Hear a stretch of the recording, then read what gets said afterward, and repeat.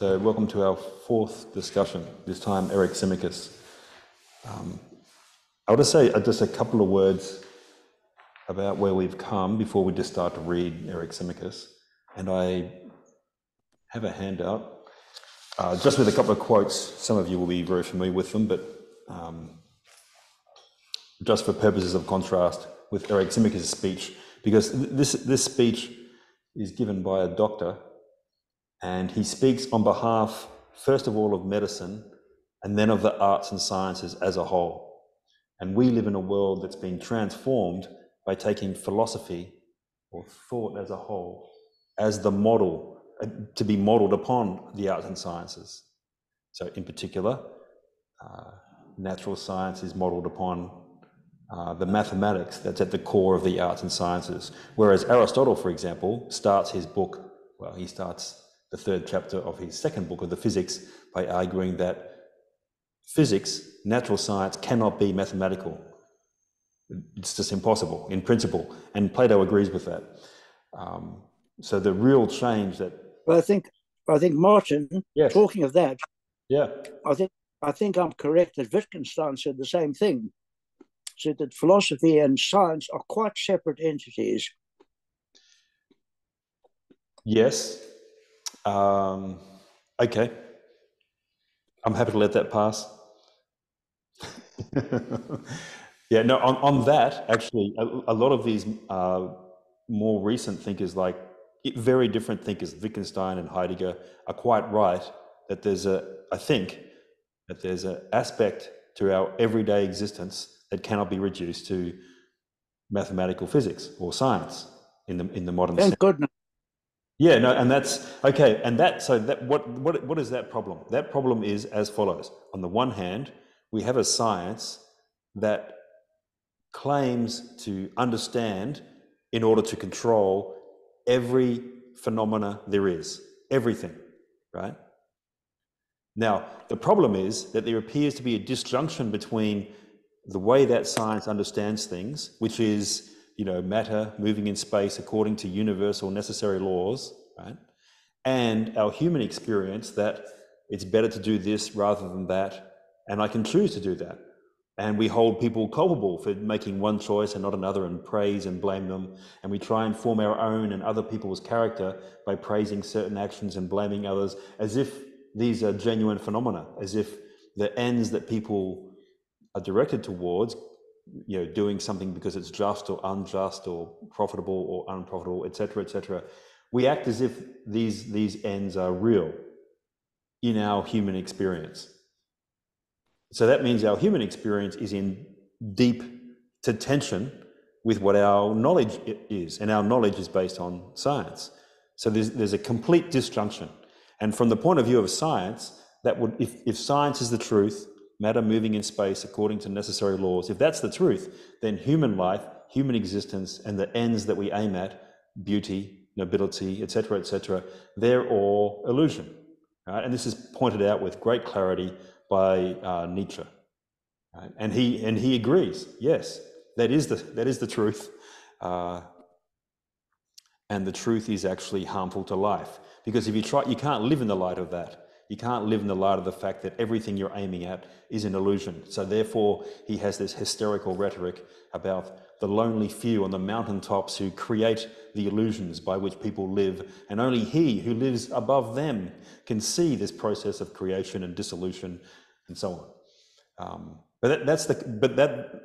All of these people, and this is why there was this, people like Wittgenstein and Heidegger and others are pointing out to this problem. Our lived experience appears to be completely contradicted by our science, and our science is our standard for knowledge. And they both point out in very different ways that's impossible, because our science emerges from our ordinary experience. So that has priority. Right? And this problem, this exact problem, is one of the things that Plato was trying to teach us with Eryximachus' speech. I'll just mention this now, and we'll go back to the beginning and discuss it. But he has this person say, every phenomena in the cosmos is ruled by necessity. And it's ruled by necessity according to natural laws. Not, he doesn't use the term natural laws. According to the natures of things that I, as an artisan, as a doctor, understand. But then he says at one point, he says, this knowledge, our forefather Asclepius, so the poets say, and I am persuaded, put together to make our art, that is medicine. So that's just a little tiny hint, but Plato is indicating that the scientist actually depends upon poetry. And that was my suggestion in the first class, that the atmosphere we live in is, you could call it a narrative, right? We human beings understand things in terms of a narrative in Platonic language as a construction of the poets, but the whole that we make in the poems that we use to describe our existence, they have priority to a science that's part of that whole. So the question is as follows: are there natural standards prior to that poetic construction, or which would be Plato's view, that there are natural standards and we can aspire to know them? Or is Nietzsche right, and no, all of human life is a poetic creation? All of the meaning in life is a poetic creation. So these are the two stark alternatives, but you arrive at these stark alternatives by trying to be scientific. And we'll see in detail what's going on with Eryximachus' attempt to do so. I just have to open the translation. But we were just talking before about Eros, and we should briefly discuss what Eros is thus far. So the dialogue begins with this young man, Phaedrus, saying that he doesn't understand why Eros does not get more hymns and more praise. Why is love not praised more? Then he's the first speaker. Now, what do we think Eros is in Phaedrus' speech? If anyone can recollect the discussion we had 3 months ago or whatever it was. Just going to move this.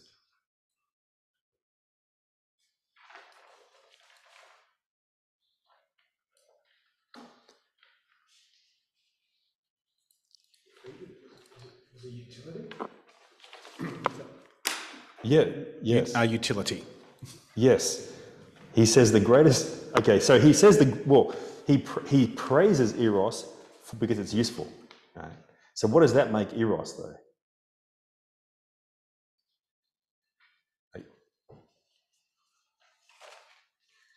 So he is the young, beautiful person, and he is saying Eros is the desire to be with someone who's beautiful, i.e., moi.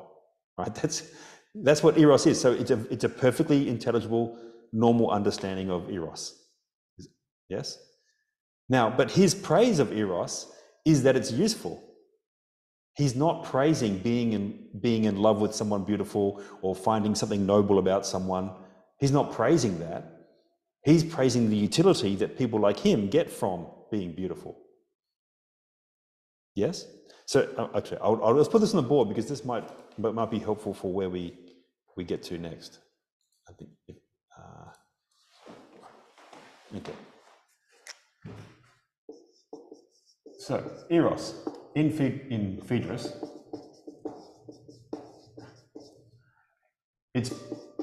he praises it for utility. Right. But what is it? What it is love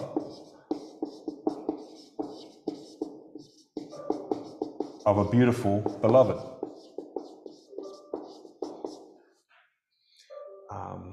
Now, beautiful in Greek is a word kalos. I'll just put it in the adjectival form. Kalos, which can also mean noble. And that's going to become important. Right. So he says this is Phaedrus, living, what is it? Yeah.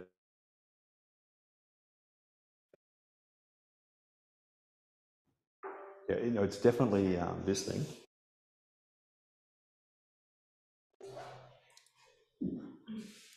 No, it's not that. But yeah, it's definitely that. Yeah, anyway.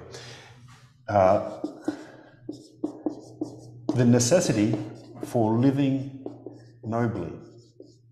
Same word. Is eros. Right? And why? Because you'll die for the beloved. Yep, so far so good. Now, he said, one of the things he says is that there is no one so bad, kakos, you don't really have the word evil in Greek, but someone so vicious, bad or vicious, that they cannot become excellent, virtuous through eros, through their willingness to die for someone else. Right? So there's no good and bad eros. Eros is just good. And that gets immediately corrected by Pausanias. And we'll come back to that. So, but what's important here is that there is, he says, there is no greater good for a beloved than to have a useful lover. So he praises eros for its utility. So the good is what's useful or beneficial. And that fits with Phaedrus's character. In the beginning of the Phaedrus, the dialogue called the Phaedrus, he's out for a walk on the advice of another doctor for his health. Like, he cares about his health, he's very careful. You know, he's a bit weak. He would obey Brett Sutton's injunctions about masking, right? So he identifies the good with the useful, and that's in strict contrast with what is either beautiful or noble, right? Because it's useful to be beautiful because people will die for you. And he says that eros is most necessary for living nobly, but what he really means is dying nobly. Right? You will die for people like him. So long as it's somebody else dying. Sorry? So long as it's somebody else dying. Yes, yeah. So there's two things that are just on the surface, right? He links, first of all, eros is for what is beautiful or noble, right? That's one thing. And the second thing, eros is associated with death. And these two are themes all the way through the dialogue. They get a very discreet but full exposition in Socrates' speech. And this has always been a mystery. Why is love and death always brought together by great poetry? But there's a real disjunction between what's good and what's noble or beautiful. Socrates won't bring them together. There are many readings that will say he does, but he doesn't at all. He keeps them strictly differentiated, but they are brought closer together. Then there's real disjunction. Yeah.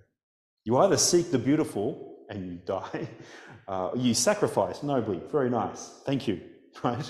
Or you seek what's good for yourself. Yeah. There's a disjunction there. Now, that disjunction is part of what changes with Pausanias, because Pausanias says, you know, eros is, well, there's two.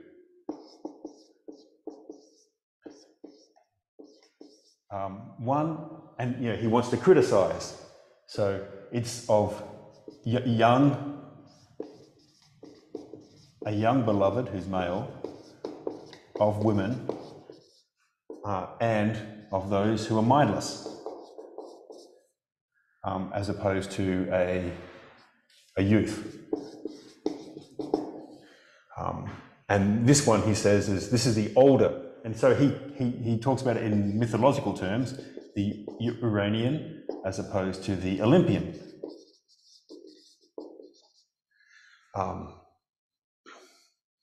Now, his attempt to say that this eros is inferior to this one runs into a number of problems, apart from the massive contradiction that he ends up by saying there is a kind of devotion to virtue in the relationship he wants, with the older man like Pausanias and the younger man like Agathon, because the younger one is doing it for the sake of virtue, the virtue that they can learn from the older one. He doesn't specify what's being gained in the other direction, because that would ruin it. Because it looks like he's saying Eros is for virtue, but does that explain the older lover, i.e. himself? So he doesn't point that out. But the other problem is he tries to argue on the basis of a couple of different principles. The first is mind, and that's kind of dropped, and it has to be dropped because we've already had the example in Phaedrus' speech. I mean, Phaedrus too is starting with this prejudice that, the masculine virtues of courage that's the main kind of virtue there is. But his second example is Alcestis, a woman. Right? So he's undercutting his own speech, and all of the first few speakers do that. And then, of course, in Socrates' speech, the apparently wisest person in the whole dialogue is Diotima, who teaches Socrates. So when trying to criticize women and very young people for being mindless is not going to work. Right? And then he says, well, what's characteristic of the Greek cities is that they are free. They're free republics which are bound together by their friendship, philia, and their erotic love relationships, their eros. The problem with that is that he then immediately has to say that there's eros, the good, noble eros, is a willing slavery. So freedom is out. Right? So he can't justify his taste on the grounds of intelligence, and he can't trust it on the grounds of freedom. And he ends up saying, well, what's the eros for what's lasting is more noble than for what's passing. Beauty fades, character remains. Now we still have this funny disjunction in what the lover and the beloved are getting. And then he says, that it doesn't even matter if the lover doesn't possess this virtue, it's still noble for the younger person to gratify the older person because they thought they might become more virtuous. It's a difficulty. But eros is so that's the kind of eros he's praising, but what it is exactly the same. It's the desire for someone beautiful.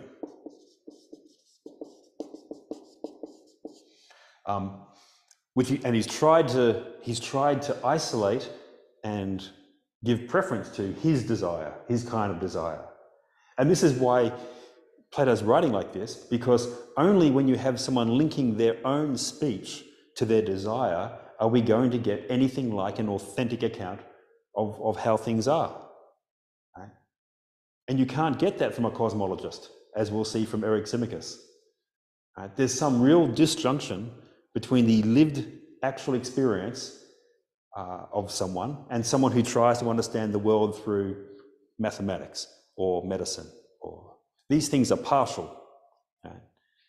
And if you don't include the human desire that leads you to want to study medicine, which there are some very good human reasons to want to study medicine or mathematics, but that would require a picture of the whole of human life within which these arts have their place.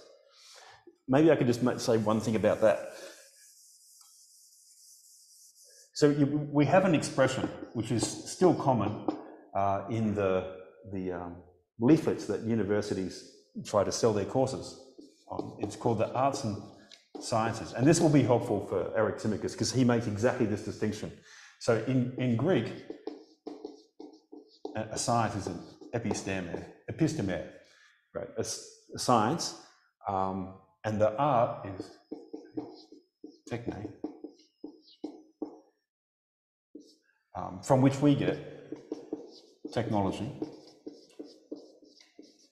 And there are words like epistemology relating to science. And it's not the way we understand art now, as in the fine arts, ballet, and so on, painting. Now, it's more, I'll say, practical productive.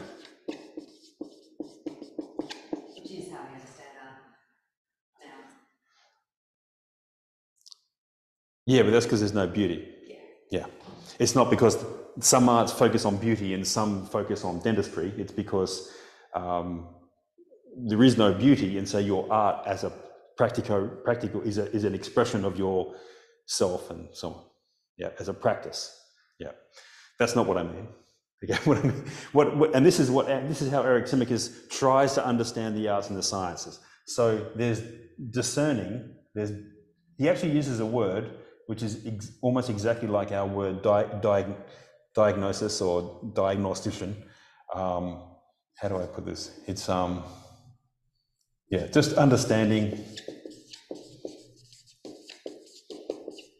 So that would be like the theoretical component, to speak very loosely, and then the practical component. And his word for this at one point in the translation, I think it's craftsman, but it's a word, demiurgos, which means a worker and someone who produces an ergon for the demos, for the people. So a practical, productive activity. Now, in Plato, just very general suggestion. In Plato, all of the arts and sciences are productive of knowledge or productive of things that are in some sense good or useful. And they point in two different directions. First of all, if they point to a particular good, something that's helpful for us, dentistry, good for your teeth, and so on, then they point to an understanding that would comprehend all the arts and sciences, that would comprehend the whole of human existence, the whole of the human good, and all of the arts and sciences would have their place in that hierarchy. Right? But that comprehension of the whole, that's the aim of philosophy from Plato's point of view. But all the arts and sciences themselves, all of their conclusions point down to material products and conditions like health that distract us from that comprehensive good, from things that are noble and beautiful and just. They distract us from that because we get so taken up with the practical, productive power of the arts and sciences that we become concerned with these lesser things, like health, as if health's the only good. Now, health is extremely, extremely urgent and important when you're sick because you want to be healthy. But then what? Well, then you need to know how to live. And that's an understanding of what's good, useful, beneficial, profitable, noble, etc. for you to do. Okay. Now that's roughly Plato. So if the arts and sciences point up to a comprehensive understanding to which philosophy aspires, and Plato tells us that philosophy does not get there. So we're looking for a wisdom in the use of all the arts and sciences that we do not have. Right, so that's just if I just very quickly compare that to Aristotle. So Aristotle says, for all understanding or science, there's productive, e.g. shoemaking. There's practical, which has to do with action. And the peak of that is the lawmaker. And then, down from that, a politician, a general, etc. And then there's theoretical, which is understanding for its own sake.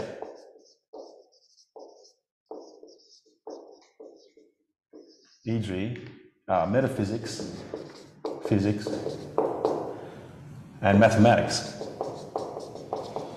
And you can see how wildly different that is from the modern understanding. First of all, physics becomes mathematized, which Aristotle says is impossible, and that, as a whole, is a practical science. It's the practical science.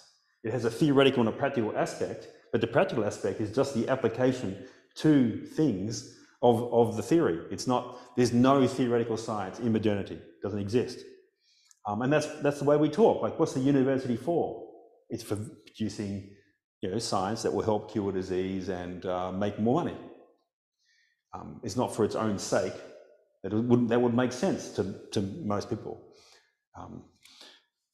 Okay, just by way of those three different points of view, just while we're on this topic, I will go to the handout because I got a quote from Descartes that might be helpful. Oops, wrong one. Martin, where in Aristotle does he say the theoretical is understanding for its own sake? In book Epsilon of the Metaphysics and in the 10th book of the Nicomachean Ethics, from chapters 6 to 10. Thank you. Sorry, I got the wrong.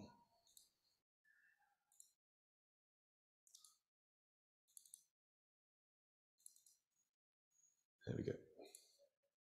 So this is from the Discourse on Method by Descartes, and I won't go into great detail. I just want to bring out the paragraph in bold, just because it's very helpful. It's very close to what Eryximachus has done. And in Eryximachus' speech, Plato is experimenting with the point of view that we should understand thinking or philosophy as a science or an art that works upon nature for our benefit. Make it bigger.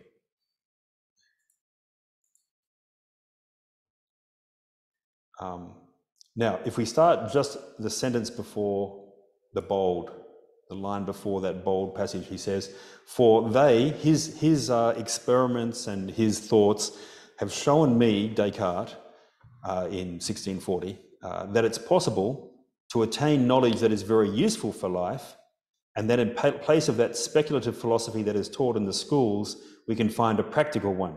So this is what he means. Speculative philosophy, Aristotle's notion that there's thought for its own sake, is wrong. Just a sheer waste of time and a delusion. A, there are no principles to know.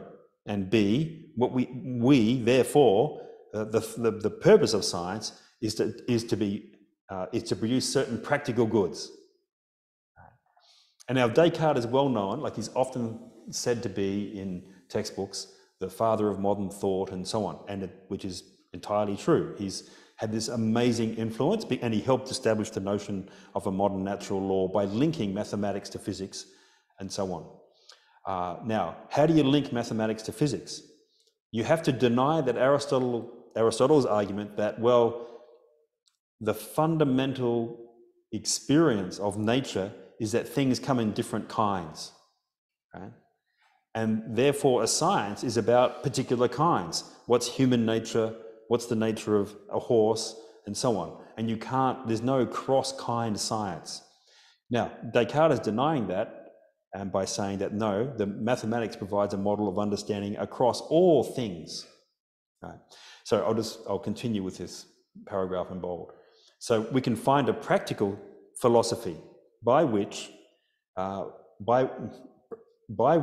because this new philosophy, knows the force and actions of the elements, fire, water, air, stars, the heavens, and all the other bodies that surround us, as distinctly as we know the different trades of our artisans. So the model for thinking, which we will apply to nature as a whole, is the arts like shoemaking. Okay? We could employ them, that is, the cosmic things, fire, air, nuclear power, large hydroelectric dams, and so on. Like we are using the elements for our ends. We could employ them in the same way in all their proper uses, and thus make ourselves like masters and possessors of nature.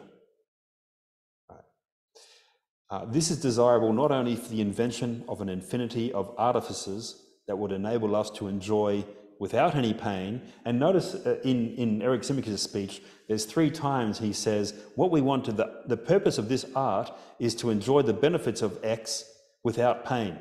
Very similar expression. without any pain to enjoy the fruits of the earth and all the goods to be found there, so mechanized agriculture. Right? But also and principally for the conservation of health, which is without doubt the primary good and the foundation of all other goods in this life. So that's a really powerful half-truth, right? Health is, in one sense, a foundation for the other goods, because the less healthy you are, the harder it is to enjoy the other things in life. What good are the noble and beautiful things if you're in constant pain? But that's just a half-truth, because once you are healthy, then you face the same questions of what is a good, beautiful, noble, profitable, pleasant way to live. Right. So so there's an uncanny anticipation of this modern notion in Symmachus, and way back behind Symmachus is a pre-Socratic thinker called Empedocles, who has a very similar expression of this thought in one of his poems, where he says that I will teach you, and what's very funny is that he says I will teach you He begins this poem by saying, addressing it to Pausanias, taken to be his lover. Now we have a Pausanias here being addressed by Symmachus, which is just not an accident. Plato's putting all this together, but there are three main passages in antiquity that describe a science that could control nature, and the first one occurs in Empedocles, and it's very like this one. It's very like Descartes. Okay, so that's the first. I just wanted to bring that in for comparison, because that's in some ways quite close to what Symmachus is saying, except Symmachus is made by Plato for his ship of comprehensive science will shatter on the rocks of our lack of knowledge of what the science is for, and how we can control the cosmos, as we'll see when we get to the speech. Whereas in Descartes, that's much more hidden. Right here, like when Descartes says, we could employ the whole cosmos, nuclear energy and so on, in the same way in all their proper uses. Now, if nature is just matter moving in motion according to natural law, then that means there's no good and bad by nature. And this is exactly what he says in the I think it's the third meditation, where he says physics cannot tell us good and bad, right? Because that's just the mathematical measure of nature. But then how do we know that these ends are good? Health, wealth, agricultural machinery. In fact, why is it better to focus on them than other things? And you can't explain that according to his own science. So the whole science then becomes dependent upon the boring poetry of utility, which is non-scientific, exactly as in Symmachus, who is dependent upon the poetry of Homer and so on to dignify his science. It's uncanny. Okay, but I don't want to go too far off track. And this passage from Xenophon, this is one of the other passages where in antiquity someone has anticipated the thought and tried to argue against it, anticipated the thought of science conquering the whole cosmos. And this is Xenophon trying to defend Socrates from the accusation that he participated in a kind of natural science that denied the gods and so on. And I'll read the passage in bold from here. For he, Socrates, did not even converse about the nature of all things in the manner of most of the others, by examining the condition of what the sophists call the cosmos, and by what necessities everything in the heavens comes to be. So the position that Xenophon is pretending to protect Socrates from is something similar to the position that Symmachus has. There's everything moves by certain necessities, because everything is body moving in accord with its nature. Now, we might come back to Xenophon later if we have time, because he has a critique that is helpful for understanding Plato's critique. I might just go back to the text. But yeah, please, if there are any questions or suggestions. Where are we?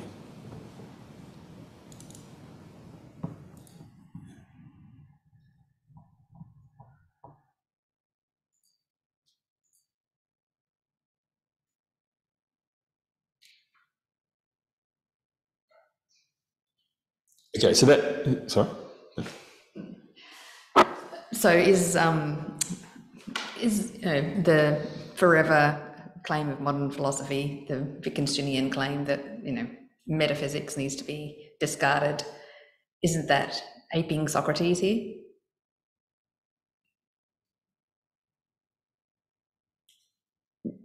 We're going back from the Socratic position that the human things on the human level have importance. We're going back from that to the pre-Socratics in Descartes and Bacon. Yeah, because then we're saying, and Bacon and Descartes are saying the same thing, that physics is the core of philosophy for the same reason, that it can bring great practical benefits. There's no speculative contemplative philosophy, whereas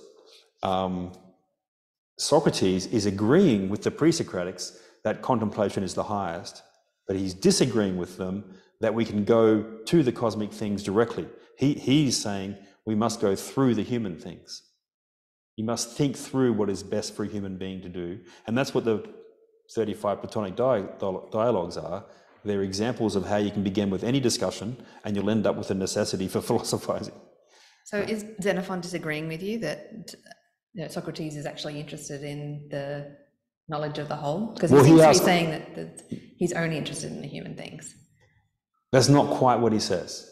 We'll come back to it though. But what he's saying is, yeah, you need to go to the human things first. Yeah. And in fact, the cosmic things only illuminate themselves in the light of the human things. That's different from projecting the human on the whole, which is what Symmachus and Descartes do. But we'll come. Yeah. Okay. If we start at the end of Pausanias at 185 C3. Which in the translation is the third line from the top of page 15. Right, so there's a little joke in the Greek which Benedetti has managed to reproduce in English. Not very conventional English, but with Pausanias's pausation. Pausaniu de Pausansamenu. So there's a couple of other sounds that are the same that you can't quite get in the English. But yeah, there's this little, it's almost like a jingle when Pausanias came to a pause. And Aristodemus or Apollodorus says, the wise teach me to talk in such balanced phrases. Right. And that's a reference to the teachers of rhetoric who were students of the cosmologists. Right? Because if the cosmology teaches us that all the human things are a fiction, then the most important thing is to manipulate the fiction through your powers of rhetoric for your own ends. That's the practical implication that some people made. Okay, so Aristodemus, so this is Apollodorus talking. Aristodemus said that it was Aristophanes' turn to speak. Can you enlarge it, please?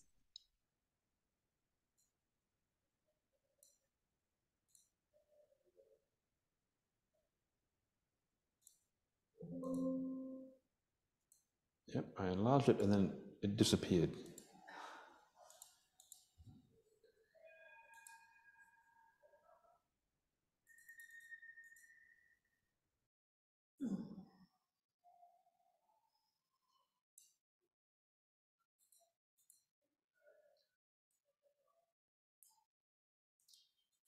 Do you have a touch screen?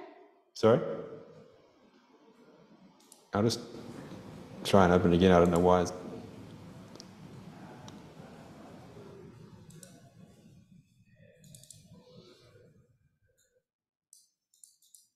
Okay.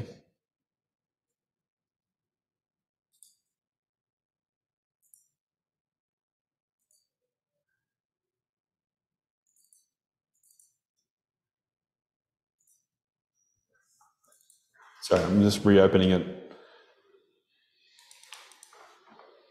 Okay.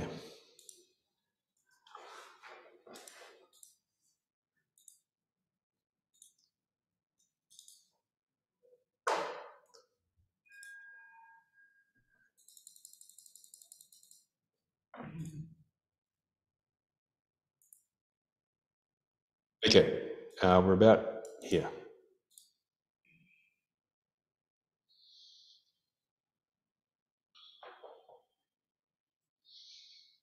Okay, Aristodemus said, and this is the fourth line from the top, that it was Aristophanes' turn to speak. Actually, he says, Aristodemus said that it was necessary. Now, this little speech is going to be a discussion with a lot of, which will turn on chance, necessity, and human choice, right? Now, but what's the necessity that Aristophanes is going to speak? Based purely in convention, that they're sitting in that order. So Aristophanes was going to speak because he was next in order. So that's a necessity based purely on convention, which this will come back. And then he says, however, he had just got the hiccups. Now, you can't bring this out in the Greek, but what it actually says, he chanced to have the hiccups. So by chance. Now, why is that by chance? Because he doesn't intend to get it, right? But is it actually by chance? So he chanced to have the hiccups, and then in brackets, Benedict translates from satiety, that is from fullness. Now, Eryximachus' speech is going to say that that medicine is the science of filling and emptying bodies, right? It's the science of the erotic things of bodies, that is, they're filling and emptying, which is really quite funny. When you well, I think it's funny. Now, that filling is the same word as satiety here, which is also we're meant to pick that up, because Aristophanes, by overfilling his body, is then rendered unable to speak, right? And Aristophanes' comedy depends upon many different things, but one thing it depends upon is a reminder of our physical nature as an undercutting of our aspirations. That's one of the things that comedy does. I have to say, I'm the world's least accomplished appreciator of physical humor. I just find it annoying, and I turn those things off. I can't watch those. Who are those people who used to heat other bits of wood, like Laurel and Hardy or whatever? It just makes no sense to me. But apparently, there are people who appreciate this kind of humor. But it's got a real root in human life, in that we all have bodies, and occasionally those bodies don't behave as we want them to behave, and that undercuts our pretended decorum and nobility and dignity. And that's what Aristophanes does. But he does it in a very particular manner. He undercuts people's aspirations in order to return them to the established standards. And that's what comedy has frequently been understood to be. It takes, Aristophanes describes it as, it takes worse people, worse than normal people, and shows them failing in a scheme that would be hubristic. Okay, now, and what Aristophanes is going to do now it says in brackets here, because he ate too much or for some other reason. Now, I think I take it that he's given himself hiccups, or he's faking it, right? So that then he can say, and he says he was unable to speak, but he did say, and these are two different words. Like the speak is, to give a logos, to speak in this articulate sense, and the other word is just one of the words for like pronouncing a word. Right? So he can get out these words, but he's unable to give a whole speech. And he says to Eryximachus, the doctor who was lying on the couch next to him, Eryximachus, it is only just, right? So he's appealing to his justice. Just that you either stop my hiccups or speak on my behalf until I do stop. And Eryximachus said, well, I shall do both. I shall speak in your turn, and you, when you stop hiccuping, in mine. And while I am speaking, then he gives his medical advice. See if by holding your breath for a long time, you could make the hiccup stop. So you've got Aristophanes gasping, right? But if they don't, gargle with water, then gargling. And if they prove very severe, take something with which you might irritate your nose, tickle your nose, and sneeze. So he's gasping, gargling, and sneezing whilst Eryximachus is speaking. So the doctor gives his solemn presentation of the secrets to the cosmos, whilst this guy next to him is making all of these sounds. And then, okay, so Eric Simica says, if you do this once or twice, even if the hiccups are severe, that will stop. So Aristophanes, I'm assuming, is arranging a little Aristophanean comedy, where a human pretension to a scientific understanding of the whole is undercut by these bodily necessities. Well, necessities if you want to get rid of hiccups. And if that's right, then that's very similar to the fact that Aristophanes wrote a comedy, and he said that this is my best comedy, about Socrates, who represents science, or the attempt to understand the whole cosmos and the human being through science and reason, and no dependence on the gods. And in the end, Socrates' little thinkery, his think tank, is burnt down. So then, and so can you grab the? Thanks, Steve. Thank you. Does anything turn on when Aristophanes says, "Speak on my behalf," and then the doctor says, "I shall speak in your turn"? Is there a difference there, or is it that they both mean the same things? Like he doesn't say "speak for me," "speak in my turn." They're both meaning "speak in my turn." Is that? Well, the first one, the word could mean "for the sake of," and Strauss, in his interpretation of the dialogue, he suggests that if two things are replaced in a Platonic dialogue, it's because they're equivalent in some way. And that's not extremely easy to understand, but that would make sense of the fact that we have that word there. That somehow, and the best sense I can make of that is that what Anaximandros takes to be an aspiration, a sort of scientific understanding of the whole, which Aristophanes, in his play on Socrates, seems to be implying that might be the truth of things, but the play is called The Clouds, right? And the clouds represent, let's call it, creative literature. And so when the clouds come forward as a chorus, their leader is Aristophanes, the great playwright, right? And so what he is suggesting is that the infinite flexibility of the clouds that imitate nature, that's an image of poetry's role in human life. That there is that the meaning of human life is created by people like Aristophanes. But if you go searching scientifically for that meaning, you won't discover it. You'll just discover dirt. If you go, Socrates is, accused of trying to discover the things in the heavens and under the earth. That is, in the heavens means studying the stars, not the gods, right? And earth means geology as opposed to believing in Hades.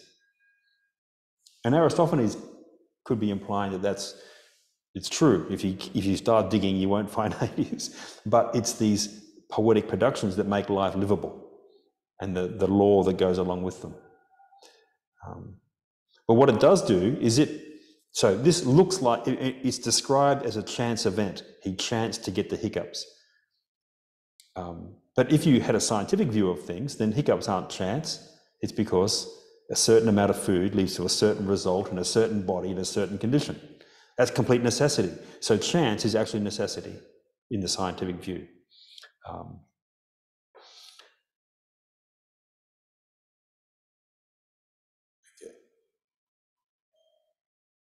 Okay, so while Aristophanes has arranged this little event, Anaximandros begins, and he says, well, in my opinion, so he starts with opinion. Since Pausanias made a noble or beautiful or fine start to his speech, but did not adequately complete it, it is necessary for me to try to put a complete end to the argument. So where he says, see how Benedetti has the word complete and complete end. And he's doing that because there's this Greek word telos, which means the end of things in both words. So he's saying Pausanias made a beautiful start, but he has to bring it to an end because it's not comprehensive. He must show that there is the same eros in the whole as there is in human beings. Now, then he says, inasmuch as eros is double, it is, in my opinion, a fine thing to divide him. That's not what Pausanias said. Pausanias said there are two eroses because there's two Aphrodites. But he's saying it's double. But that he presides not only over the souls of human beings in regard to the beautiful. Now that it's much more, it's a little bit more like presides over the souls of human beings in regard to beautiful men. Right?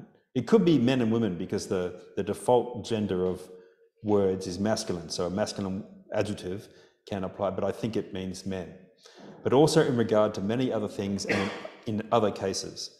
The bodies of all the animals, as well as those things that grow on the earth, and just about all the things that are, all the beings, every being.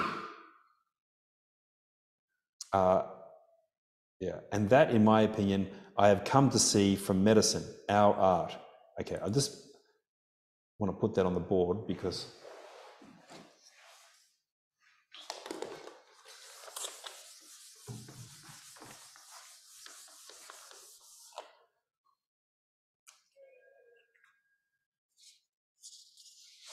okay, so he says that Pausanias is saying that eros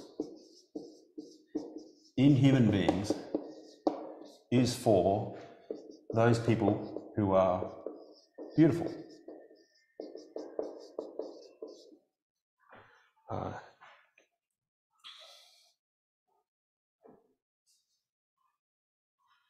And that seems to be, that's how Pausanias and Phaedrus have described it. It's the attraction towards someone you find beautiful. And Eryximachus is saying eros is in bodies of all living things. So animals, I should say that implies animals. All growing things, which implies plants.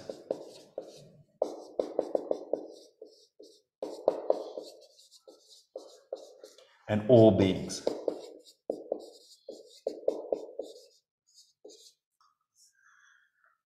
Now, he has the same taste as Pausanias. He's an older lover, the lover of Phaedrus, the way Pausanias is a lover of Agathon. So he shares this same taste. And he's, on the one hand, going to try and show that this taste is grounded in the whole cosmos and agrees with his medical science. Wonderful, wonderful. Problem though, there's a problem here, which we already discussed when we talked about Wittgenstein and Heidegger and so on, is that, and we have this problem in modernity, is that there is a disjunction between the human experience of the human, right? This is human experience. You find someone beautiful, or you find their actions noble, or you're attracted to this cause because you think it's just and that cause is unjust. And you're attracted to this activity because you think it's more useful than that activity. These are our human experiences of things, right? But that's in tension with saying that that everything is reducible to bodies, and the same laws apply to everything. Inert bodies, plants, and animals, including human beings. Right? So you have a choice. If you're going to have a science of everything, you have a choice. You have to say, that things are completely different in their kind, and that, like Aristotle was saying, that the science is relative to their kind. There's a word, heterogeneous, right? Which means there's a Greek word heteros means other. So things are other in their genus, in their kind.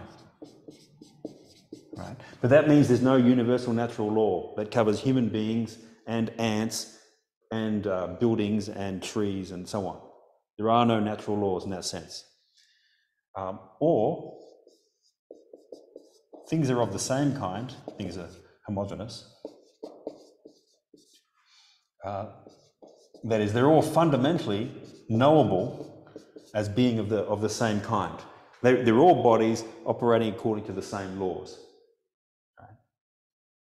Now, if you take this option, which is our option from Descartes, right, and which is Eric Simicus's option, then you're denying your own experience. That's a problem. And so beauty, he begins by saying, Pausanias is right. Eros is of the beautiful. Right? But beauty gradually drops out, as we'll see. It's there for a bit. But I just want to make this very simple suggestion. So if you want a science of the whole,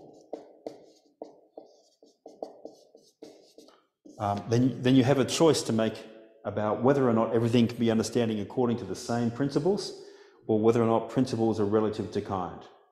And there's a fundamental difference. And modern mathematical physics is emphatically this.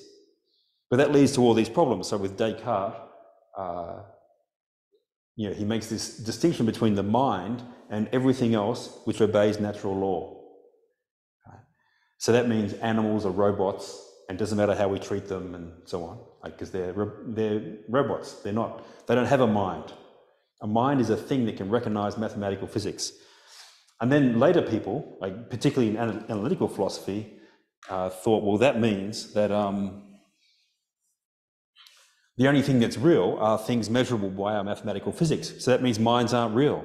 So that the fact that there is consciousness is an illusion. So people got up in the morning, went to their desk, and wrote books pronouncing that getting up in the morning and going to your desk to write something is an illusion.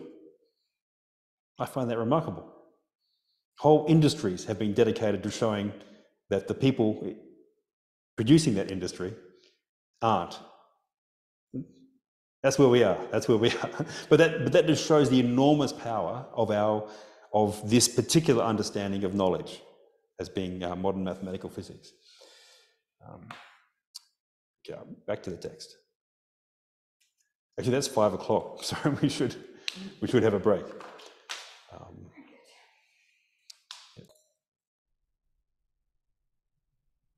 Okay. Yeah. If there's any thoughts thus far, please feel free. Otherwise, I'll continue with the text. Did you want to?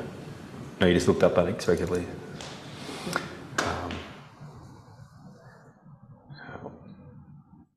So we're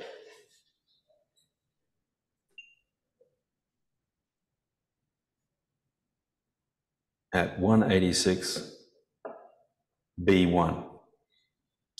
So he says, for how great and wondrous the God is in his comprehensive aims. Yeah.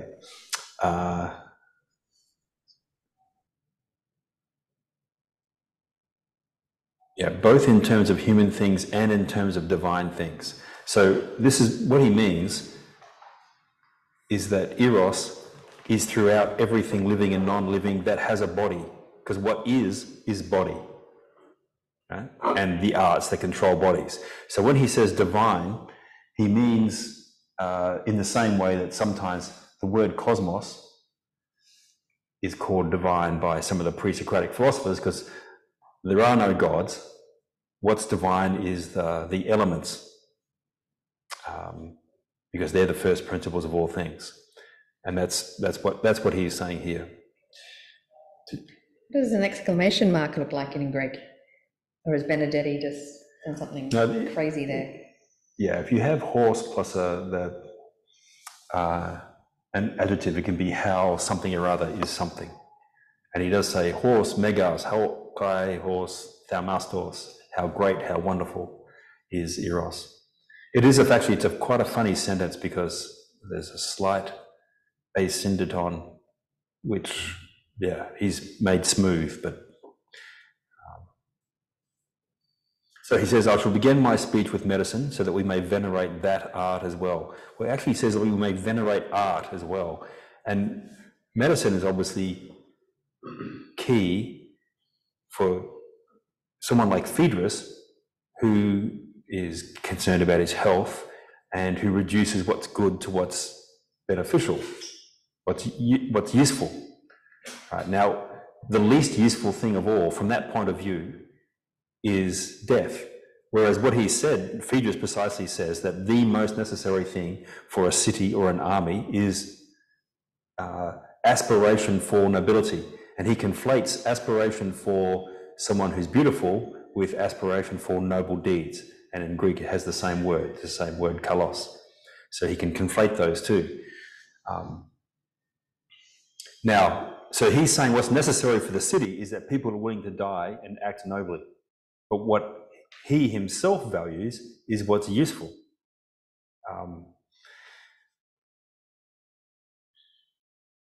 Now, from that point of view, the highest art is the art of medicine because it preserves life. Right? From Plato's point of view, that's inadequate because mere life is not a goal. There's a better or worse life. Okay, so he goes on. The nature of bodies has this double eros. For the health and the sickness of the body are by agreement. Now, I just want to linger just for one second. So the basic distinction that the whole science depends upon is that there's that health is good and sickness is bad, right? But that's an agreement. It's not a medical result, right? So this is this point that I keep trying to reiterate, that the science depends upon opinion. The first words that Eryximachus says is in my opinion, right? In my opinion, it is necessary, since Pausanias made a good start but didn't complete it. So he begins by saying, in my opinion, it's necessary. So the necessary, and that's just a symbol of the whole speech, that the necessary science, the science that studies the compulsory activity of the whole cosmos, is based on opinion. And here it's the better or worse aspect of life is based upon agreement. It's not a scientific truth. We have exactly the same problem in Descartes, who says that the truth by nature is that which is shown by the mathematical laws of nature. But the whole science of mathematical physics depend upon what he calls the teachings of nature, which pleasure and pain teaches us. So pleasure and pain teaches us that health is good and disease is bad. But that's not knowable by mathematical physics. And his example is a clock. A clock that's working and a clock that's broken, they're both obeying the laws of science. They're both obeying the laws of gravity and so forth. But for us, we want the clock that works. So we apply the label good to the working clock and bad to the broken one. Now, he makes that the original and then says apply that to a human being. If you're sick or you're well, then your body is obeying natural laws perfectly. Right? We apply the label good to when we're healthy and bad for when we're sick. So it's purely a human construction. And that's Eryximachus' problem as well. The whole distinction between health and sickness is pre-medical. It's not part of the science. So that was the suggestion I made before. From Plato's point of view, all of the arts and sciences produce some good, and the comprehensive understanding would comprehend all of those particular goods in their place, in their subordinate place to the human intelligence that would understand the whole. Okay, so yeah, the nature of bodies has this double eros for the health and for the sick, for the health, because the health and sickness of the body are by agreement different and dissimilar. Now he says different first and then dissimilar, because he's going to say the following: and the dissimilar desires and loves dissimilar things. Now, what does that mean? Dissimilar things, desires and loves dissimilar things. We'll come back to this when we read a few more sentences and try and understand it. Now, there is one love, one eros, that presides over the healthy state, and another over the unhealthy, the sickly. Right. So a healthy body desires one thing, and a sick body desires another. To use Descartes' example, a healthy body desires water when it needs water. A sick body desires water when it will be made worse by it. Right.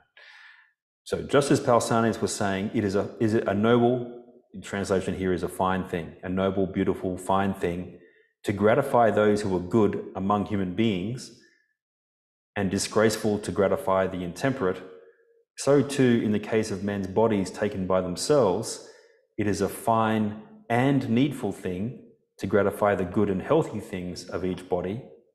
This is what has the name the medical, but it's shameful to gratify the bad and sickly things, and one has to abstain from favouring them if one is going to be skilled, if one is going to have an art, in this case the art of medicine.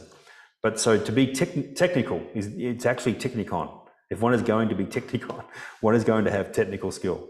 So just going back to the beginning of that sentence, he says, in the case of human beings' bodies taken by themselves. So this is, he starts with the human experience. Pausanias says that it's noble to gratify the good and disgraceful to gratify the interpret. But that's on the human experience of being attracted towards someone beautiful. Now he's going to his level, the level of the arts and the sciences, right? In the case of bodies, the bodies of human beings themselves, because that's the real thing. That's what the word themselves means. The bodies themselves, it is a noble and necessary, right? So if you want to be healthy, it's not just noble, it's necessary to eat the right food. In fact, it's no longer noble. He's conflating the noble and the necessary. If you conflate the good with health, then you're conflating nobility with necessity, which means it's no longer nobility. Does it make sense? I'm happy to be refuted or... One more time?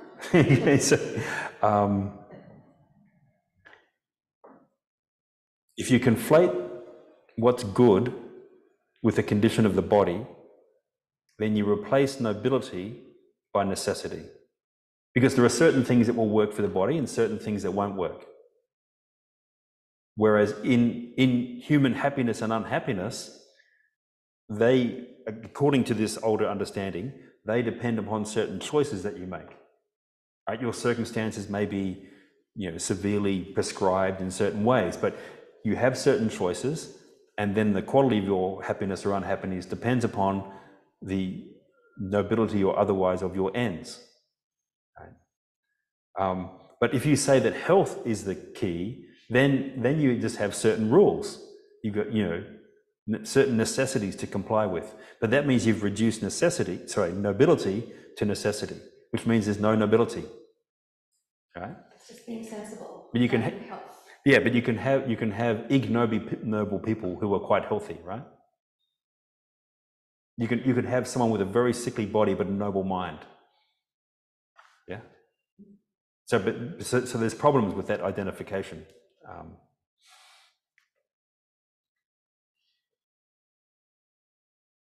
Okay, but this is his comprehensive view of things as they actually are in themselves, bodies taken in themselves, as opposed to this human experience that Pausanias is talking about.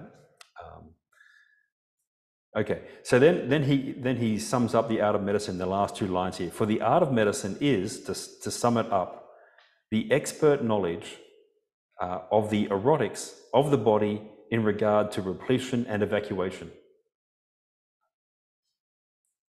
Filling up and emptying out. Filling and emptying of the body.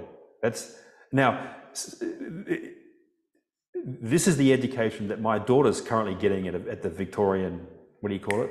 Department of Education High School, right? From grade 10, she came running home one day. She said, I've been abused. And I'm like, what are you talking about? She said, they talked about sexual intercourse. And she was horrified. She wouldn't learn. She was 10 years old. He didn't want to hear anything about this. And so I got her out of all those classes. And now she's 15-year-old. Of course, she has to be sophisticated. So she and her friends have this stuff inflicted upon them all the time. Now, the teachers understand the science of Eros to be reducible to the scientific knowledge of the repletion and evacuation of the body. And they give them diagrams, they practice things with fruit and things, like that's their understanding of Eros. And in one of my several arguments with one of her teachers, I said, so your fake name for this fake course is called respectful relationships. But first of all, a relationship could be atoms. These atoms are related. But if human beings have friendship or love or affection or whatever, if you were actually going to learn something about that might lead you to treat someone respectfully, then you would be teaching these children to read Jane Austen. And that would inform their sensitivity to their own and others' nobility and beauty and how they should be treated. That's the only respectful relationship curriculum that there should be. Not this science of repletion and evacuation that you are teaching them so that they can safely and effectively, to coin a phrase, evacuate and replete. I think that, to me, that's a sensible suggestion that, your 13 or 14-year-olds should be being taught the English language sufficiently so they can read an author with a sensitivity to things on the human level. And that might lead to them to treat each other with more respect, if that's the problem that we have. But this is our view, because our scientific knowledge of things homogenizes all of the phenomena to the level that is universal, and the only universal level is the body. And we can draw diagrams of that and so on. It's much easier to teach. It's much harder to teach Jane Austen. You have to have a sense of irony. It's very short supply these days. Okay, so, but that sentence it's meant to be I think it's meant to be quite amusing.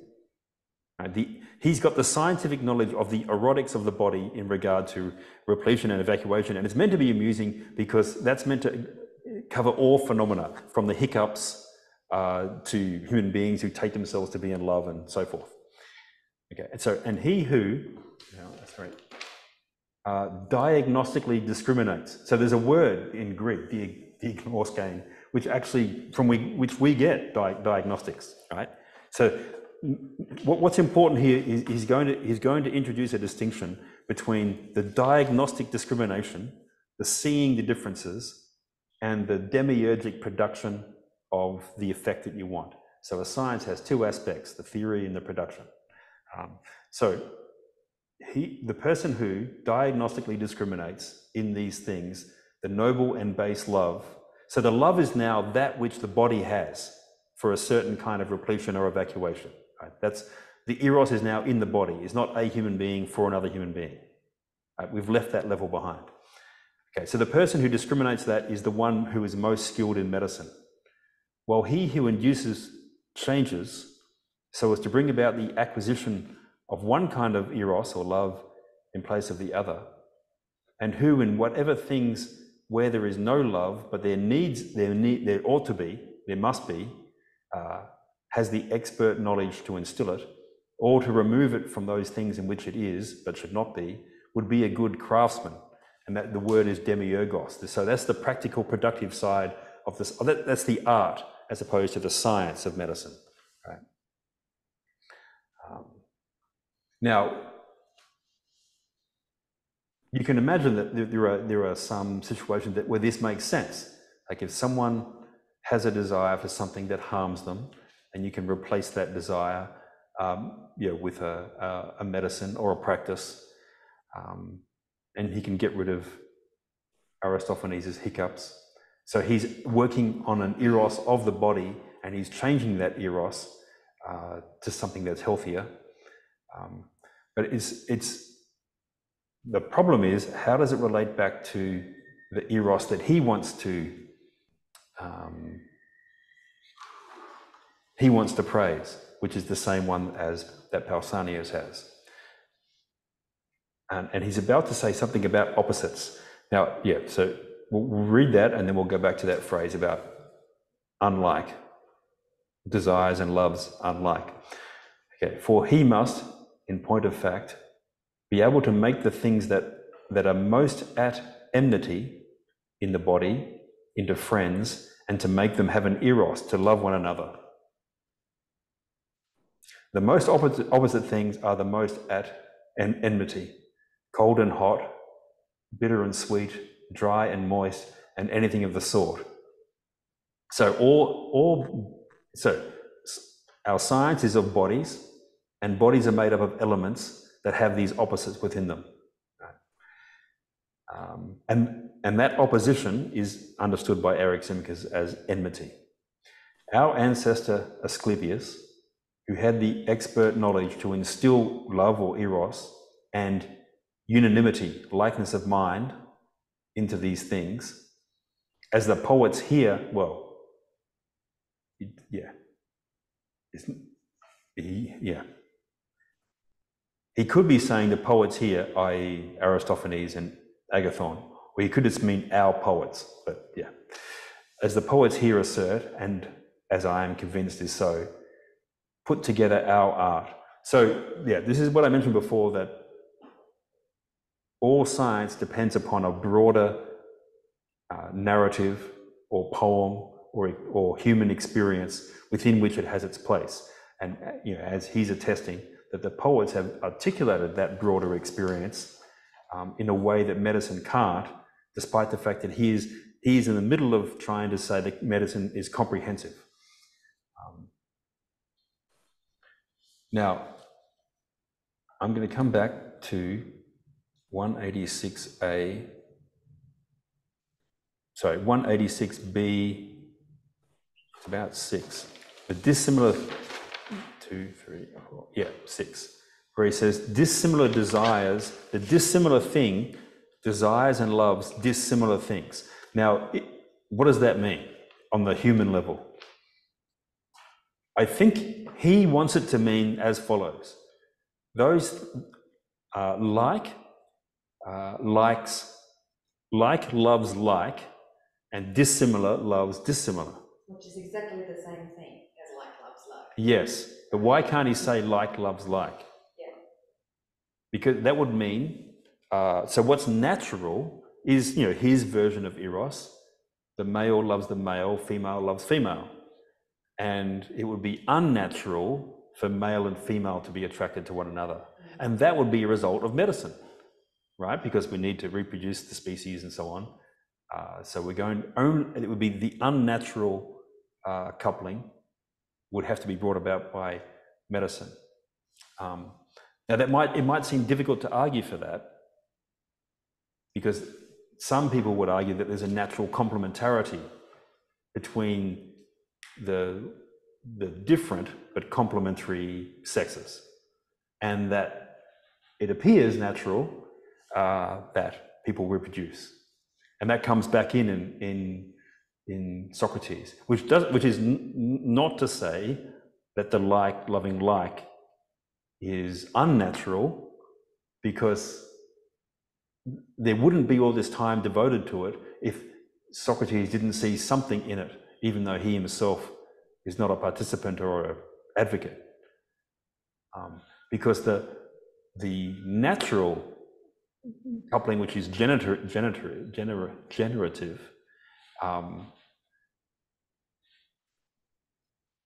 is on the level of the body initially, although parents have to educate. So that requires a wider understanding of human nature in order to educate. But he goes beyond that when he discusses eros in his speech, in Socrates' speech. But at the moment, Anaximachus seems to be trying to finesse this in the following way. Dissimilar like loves dissimilar, and therefore like loves like, and therefore his understanding of eros is natural.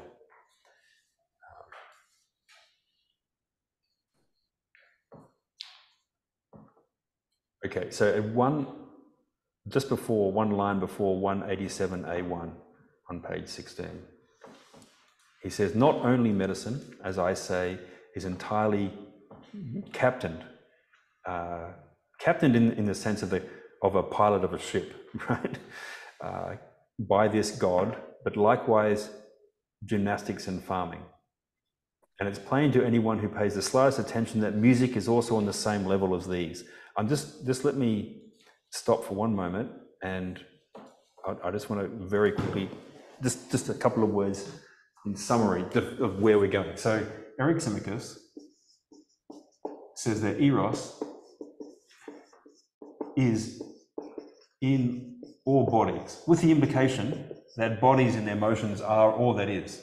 So first, medicine, which can not only change, but also put in and take out eros. So that means eros itself is at our disposal. Right? It's an object of the art of medicine. Well then, what about the eros of the doctor?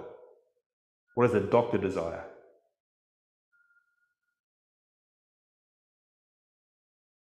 Any suggestions? An easy patient. Easy. But A healthy patient. why? Why does a doctor desire a healthy patient? He's even said that the difference, the dissimilarity of health and unhealth is based on agreement. So he's dependent on general opinion even for that, as a doctor. So what's his motivation? Fame. Maybe. And what else could it be? Could be fame. He wants to make people healthy for some reason. Why? Because he might get famous. Anything else? Money. Money. So General compliance. compliance. Because it makes him an authority figure, which young Phaedrus will look up to. Well, that's exactly what he's saying. He's saying, I want to ennoble, dignify my art, which dignifies him. That's the fame part. The money part, in the first book of the Republic, Socrates pretends to model knowledge, agree that knowledge is an art or a science, in the way that we moderns and in the way that Eryximachus say. And that means that there must be a science of science, and that, he says, is the art of money making, because that's the only good they produce for the person who, there's no other good. You know, there's no good for the cobbler to have good shoes. That's the money he gets from the person who buys the shoes and so on. Now, that's a satirical image of Plato's view that all arts and sciences produce a good, and if we understood all of life, we'd have those goods in their proper proportion. But that shows you Eryximachus' problem. He wants to universalize the art of medicine to the whole of the cosmos, which means he can't put himself in it, right? Unless he understands himself to be someone who is made good or bad by various acts of repletion and emptying. And if that's satisfying, then well, everything's fine. But then he mentions gymnastics and farming, and then music. Now here he says there's no bad eros.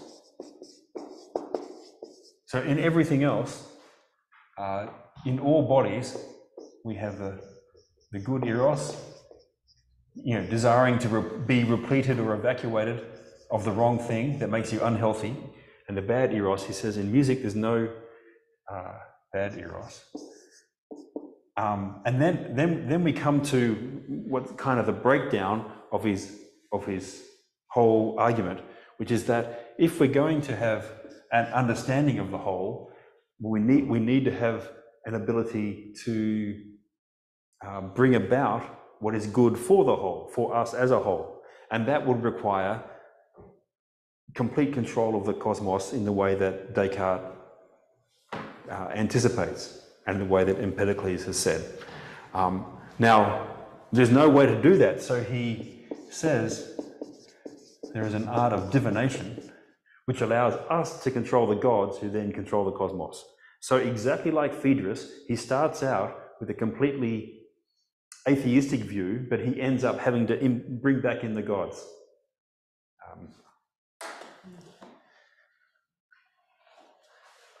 Okay, but that's just the overview.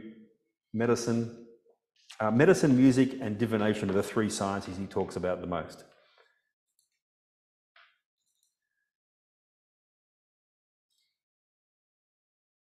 Okay, so just one line before 187a, he says, not only medicine, as I say, is entirely captained by this god, but likewise gymnastics and farming. And it's plain to anyone who pays the slightest attention, anyone who has the smallest mind, anyone who pays the slightest attention, that music is also on the same level as these. And now he's going to criticize Heraclitus. Right? As perhaps Heraclitus too wants to say, though as far as his actual words go, what he says is not fine, not beautiful, not noble. For he says that the one alone in differing with itself agrees with itself, as is the harmony of lyre and bow. Now, Benedetti puts in the fragment from Dios Krantz. They do not know how it, presumably the one, in differing with itself, agrees with itself. A counter-turning fitting together, harmonia, as that of bow and lyre.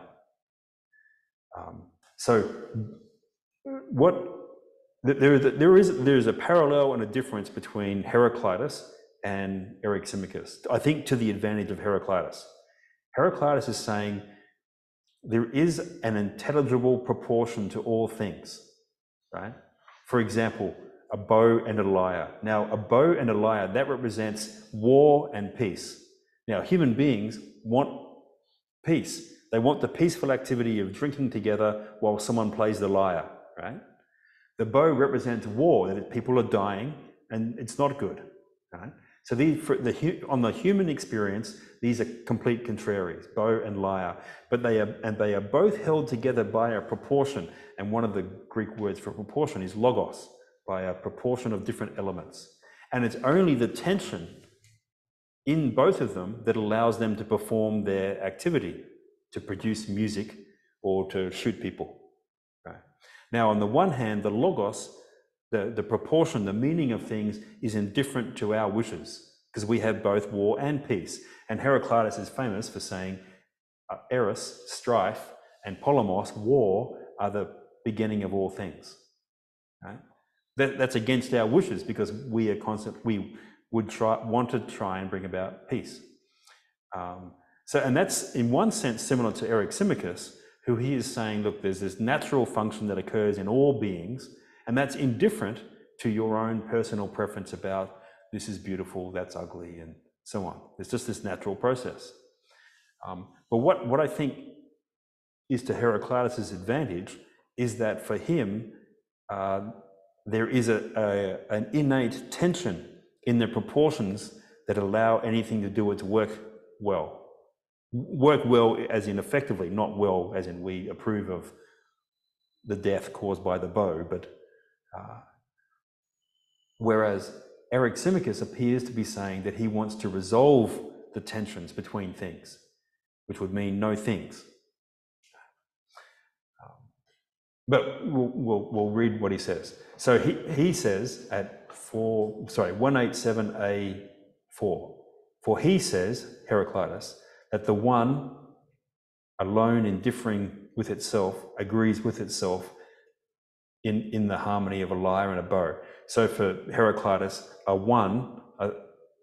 being is a unity of tensions. Now, Eryximachus says, it is a lot of nonsense to affirm that a harmony differs with itself or is composed of still differing things. But perhaps he wanted to say, and here he's going to improve on Heraclitus, that from the prior differences between the high and the low, there arises from their later agreement a harmony by means of the art of music. For there surely would no longer be a harmony from high and low notes while they were differing from each other, with each other. For harmony is consonance, and consonance is a kind of agreement. Now, I don't feel medically skilled enough. To me, that makes no sense though, because isn't a harmony high and low notes together? But please, feel free to correct. Yeah, it doesn't seem like a nonsense to say that, yeah, I mean, the harmony, exactly, as you say, you need more than one part to make up the whole. And they're going to be disagreeing. But he's not actually talking about harmony, he's talking about resolution or consonance. Well, consonance is, yeah. Or he's confounding the two. See, consonance is Benedetti being very clever, because there's a Greek word that means sounding together, but literally means agreeing. Yeah. Sum femi, it means agreeing, but it literally means sound together. So it's not quite consonance in ordinary speech, but the fact of there being, but the fact, thank you. But the fact of there being a difference doesn't create the harmony. It's necessary for there to be a difference in order to have a harmony. Having the difference doesn't make the harmony. So what makes the harmony? The correct notes. Okay, so we have to have, but we have to have the difference in the correct notes to have the harmony. And I think that's what Heraclitus means. Like, to have a bow that's properly tuned is to have a certain tensions. Yes, but it's not the mere tension itself. It's not the mere difference itself. No, it's the proper. No, we're past that. Yeah, that's a helpful addition, because what you're pointing out is that it's in the bow. For the bow to be effective and for the lyre to play nicely, it can't just be any tension of elements. It has to be the one that's rightly proportioned for that production. Yeah. What about dissonance being a kind of harmony? You know, you can have I forget the triad in musical, the devil's triad. You know, that's a harmony in the technical sense. It's the right combination that creates a very dissonant sound, but it's still a harmony. But that's probably getting a bit tricky, a bit cheeky. Yeah, I think what he's, he wants, I think the art of music, though, is what's being introduced. So, yes, you're going to have dissonance and resolutions, but you need the musical part to bring those two things together to make it actual music. Otherwise, it's just noise. Maybe. Yeah, but if you took out all of the differences in notes, you would have just noise. Yes. You wouldn't have a harmony if it was all the same note. Yeah. Yeah, that's noise. Yeah. Yes? Okay, because I think that's where Eric Simic is mistakenly heading. Because he's saying from the prior difference between the high and the low, you get the later agreement by the art of music. Because he says, next line, for there surely would no longer be a harmony from high and low notes while they were differing from one another. Because I was thinking, isn't that the opposite? Isn't that you must have the difference of the right notes to get the harmony? Yep. I don't know what he's talking about. So, and he bases that, I think he's basing that on how speech works, because he says, but it's impossible to derive agreement from differing things as long as they are differing. Okay. So he's just identified harmony with sounding together, consonants, and consonants with agreement. Right. Now, in a science, what do you want? All parts of your science to agree discursively with one another. That's what you're aiming for, a consistent account. But I don't think you can apply that to music.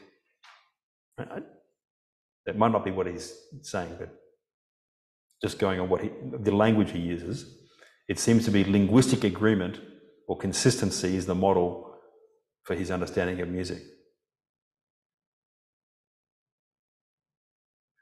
And then he says, just as rhythm arises from the fast and the slow, from their prior state of difference and their subsequent agreement. That's also odd, because I think here he means, the rhythm in poetry, which is actually long and short in Greek.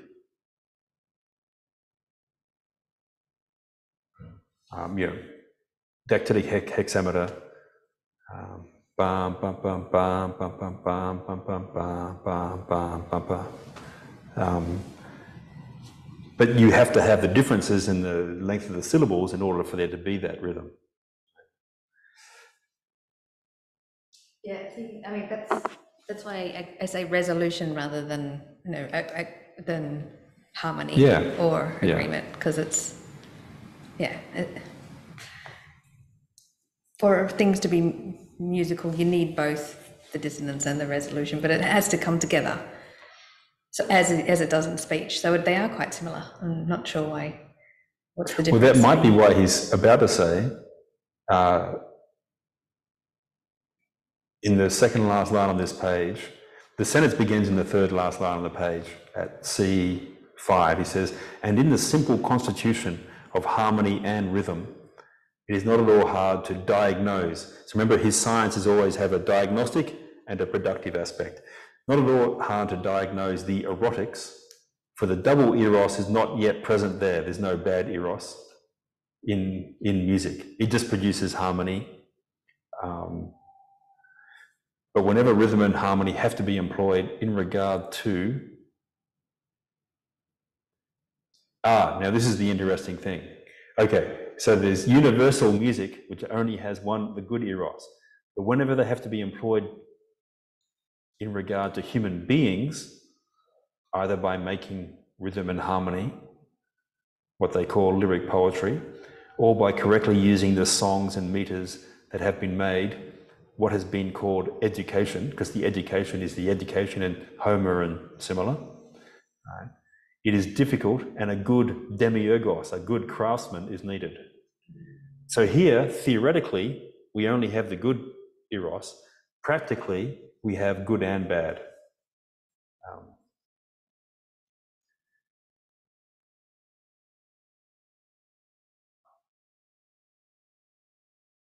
Okay.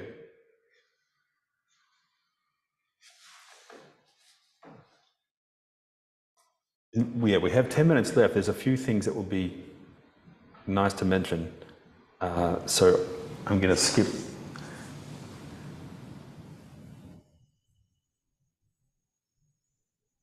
If you come down to 188a,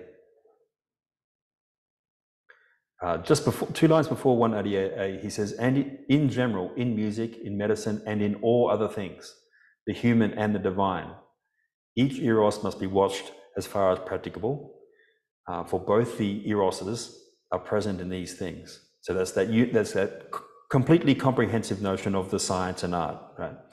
The composition of the seasons of the year, for example, is also full of both these eroses. And whenever the hot and the cold, so we have these opposites that are going to be to some degree reconciled or put in harmony. And the dry and the moist, which I mentioned before, obtain decent. Now the word decent is the same word that Phaedrus uses that was for useful. Like the best thing for a young person to have is a useful lover. Whenever they obtain decent love for each other and accept a moderate harmony and mixture, they come bearing good seasonableness and health to human beings and to the rest of the animals and plants, and commit no injustice. Right. Now, so what he's saying is all of the elements that make up the whole cosmos, if they are brought together in a harmonious way, then you have seasons that produce health for things, and he defines that as not doing any injustice. So this is the problem. If you say that we begin from our human experience of the human, there are things noble, good, beautiful, just, unjust, pleasant, and so on the one hand. But then we want to have a science that's completely comprehensive of all things, which you can only do by saying what is real is body. And so what is the truth of what's real is the necessities by which bodies change. And that's what he's calling the 2 eroses, right? The necessities by which the bodies change. Now, if that's so, you have 2 possibilities to do with regards to your own human experience. First possibility, you say it's an illusion, right? Second possibility, you project the human experience of the human onto the whole.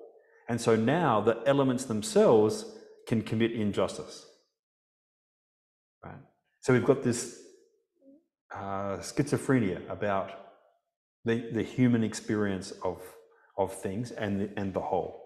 So that's clearly a projection. Like to say that the seasons are committing injustice is a projection of the human experience on the whole. So I tried to make this very brief suggestion before that if you want an understanding of the whole, you have two choices. One, things are heterogeneous, fundamentally different in kind. And so if you're going to discuss human beings, you have to understand what justice is, to understand that kind of being, as well as nobility, beauty, profit, and so on. If you're going to understand ants, you do not use the category justice. You use categories applicable to ants and their group behavior, their group ends, and their group capabilities, and so on, because science pertains to the kind. So that's Plato and Aristotle. Now, in modernity, we want a homogeneous, that is, we treat everything of the same kind. And that was Descartes' experiment with the wax. Like, you've got this piece of wax, it's got a certain hardness and smell and texture. If you melt it, it takes on a different shape. It smells different. You can push things through it. It's completely different. What's the same? Well, it's matter moving in space. It's fundamentally the same thing. And all things are like that wax. An experiment that doesn't work with an apple or a dingo just doesn't work. If you melt those things, you're not going to have the same thing. You will with the wax, but not with a living thing, and so on. But that's part of his argument for all things are homogeneous. And now, once you make that decision, my science, my knowledge will be understanding all things as fundamentally of the same kind, as he's trying to do this. So farming, gymnastics, medicine, music, they're all the same. They're just applied differently. Right? If you're going to do that, you have two choices with your human experience. One, you deny it and say it's an illusion. So the reality of eros is filling and emptying, right? The other thing you can do is project the human experience on the whole and say that nature itself participates in things that are just and unjust, and so on. I think that's what Plato was suggesting by these little hints in Eric Symingus's account. And if we just read the next sentence, so he says, so this is 2 lines before the B, 188b. But whenever Eros, with his hubris, proves to be too strong with regard to the seasons of the year, he corrupts and commits injustice against many things. For plagues, as well as many other diseases, are wont to arise for wild beasts and plants from things like that. So nature, in the guise of hubris, eros, can be hubristic, which is a criminal arrogance that allows you to commit assault against someone or something, and that can corrupt and commit injustice. So these human categories are being applied to nature as a whole. Now, so I'm going to read the next sentence because then he changes sciences. So he says at B2, last word of B2, frosts, for example, and hailstorms and blights arise from the greediness and disorderliness. So now nature can be greedy, right? Disorderliness of such erotic things in relation to one another, and the science of these erotic things in regard to the revolutions of stars and seasons of the year is called astronomy. Right, so all sciences except music have a theoretical and a practical component. The theoretical understands, and the practical puts in the eros you want to get the effects you want, which is health, right? Now, he's talking about the cosmos as a whole. Astronomy understands what's happening. It can predict that next year there'll be a blight or a storm or whatever. But what about the practical side? It doesn't have one. So he's going to invent it. Well, not invent it, but he's going to have recourse to an old science, shall we say. Furthermore, all the sacrifices and things over which divination, so this is Greek word mantiker, which has this ending, iker, which we have at the end of lots of words that stand for knowledge. I will immediately not be able to think of what's an example with an ik at the end, and it stands for Authentic?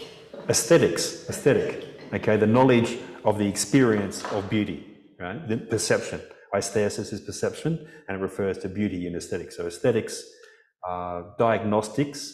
So the ik here that we have on some words, ik is an echo of this Greek meaning, which means the art or science. So and mantikere is the art of divination.